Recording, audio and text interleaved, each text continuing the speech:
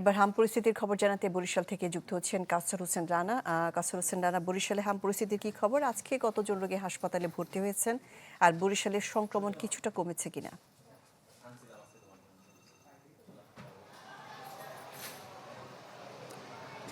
হ্যাঁ শাহনাজ, হামের উপসর্গ নিয়ে ভর্তি বরিশালের বিভিন্ন হাসপাতালে ভর্তি রোগীর যে সংখ্যা সেটি কিন্তু এখন পর্যন্ত খুব একটা কমেনি, বলা যায় যে অনেকটাই আগের মতন রয়েছে। আমি এই মুহূর্তে রয়েছি বরিশাল শের-ই-বাংলা মেডিকেল কলেজ হাসপাতালে, এবং সেই হাসপাতালে যে রোগীর সংখ্যা রয়েছে বা শিশুর সংখ্যা রয়েছে এটি কিন্তু এখনও অনেকটাই আগের মতো পরিস্থিতি রয়েছে।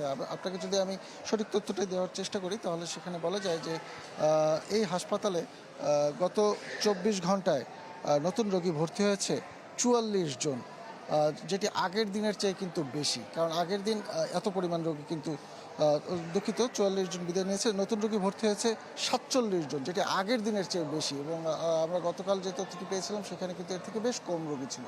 তবে এর সাথে একটি বিষয়, সেটি হচ্ছে ৪৪ জন রোগী তারা ছাড়পত্র নিয়ে বিদায় হয়েছে, এবং বর্তমানে এই হাসপাতালে ১৩১ জন রোগী ভর্তি রয়েছে, যাদের সবাই শিশু। এবং এর আগে গতকাল এখানে ১২৮ জন রোগী ভর্তি ছিল, অর্থাৎ তার থেকে কিন্তু এখন রোগীর সংখ্যা বৃদ্ধি পেয়েছে।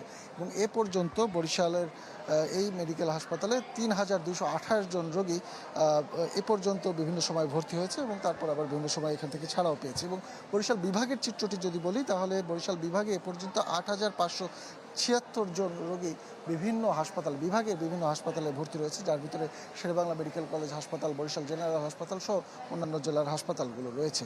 এবং বরিশাল বিভাগে এ পর্যন্ত ৪৯ জন মৃত্যু ঘটেছে, এবং এরা সবাই শিশু, এবং এর ভিতরে ৩ জন একেবারেই সুনির্দিষ্টভাবে হাম রোগে আক্রান্ত, এবং বাকিদেরকে হামের উপসর্গ পাওয়া গিয়েছে, এবং যার ভিতরে ৩৪ জনই বরিশাল শের-ই-বাংলা মেডিকেল কলেজ হাসপাতালে চিকিৎসাধীন অবস্থায় মারা গেছে। আমার এখানে রয়েছে হাম রোগী নিয়ে আসা ভর্তি শিশুর এক অভিভাবক, তার কাছে আমরা একটু জানতে চাবো যে আপনি কোথা থেকে এসেছেন, আপনার শিশুর বয়স কত, কবে এখানে ভর্তি হলেন, এখন কি অবস্থা? নগদ নিয়ে এলো হার নামানা হার অফার। সর্বনিম্ন ১০,০০০ টাকা রেমিটেন্স নগদে পাঠালে থাকছে স্বর্ণের হার জেতার সুযোগ। আমার বাড়ি মেহেন্দিগঞ্জ। আমি আসছি গত পরশু দিন। আমার বাচ্চার বয়স হলো ৫ বছর। এখন পর্যন্ত পুরোপুরি নির্মাণ হয় নাই, এখন ওই অবস্থায় আছে। কি অবস্থা, জ্বর হয়েছিল নাকি? হ্যাঁ, জ্বর আছে, শরীর লাল হয়ে আছে, কাশ আছে। তাকে কি হামের টিকা দেওয়া হয়েছিল? আগে আমার টিকা দেওয়া হয়নি,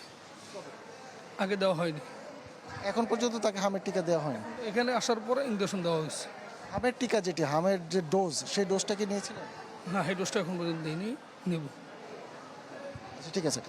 আমরা এর আগে চিকিৎসকদের সাথে কথা বলেছি, বরিশাল শের-ই-বাংলা মেডিকেল কলেজ হাসপাতালের চিকিৎসক, তারা আমাদেরকে যেটি জানিয়েছেন যে আসলে হামের যে পরিস্থিতি এখন রয়েছে দেশব্যাপী, এখান থেকে উত্তরণ ঘটাতে হলে হামের যে টিকা, সেই টিকার আওতা বৃদ্ধি করতে হবে, শিশুদেরকে টিকার আওতায় আনতে হবে। এবং তারা বলেছেন এখন পর্যন্ত হাসপাতালে যেসব শিশুরা হাম আক্রান্ত হয়ে আসছেন তাদের বেশিরভাগ সংখ্যকই কিন্তু টিকা দেয়নি, অর্থাৎ যারা এখন পর্যন্ত টিকা নেয়নি তাদের সংখ্যাটাই কিন্তু বেশি। এবং আমরা কথা বলেও দেখলাম যে ৫ বছরের যে শিশুটি এখানে ভর্তি হয়েছে সেও কিন্তু এখন পর্যন্ত টিকার আওতায় পড়েনি।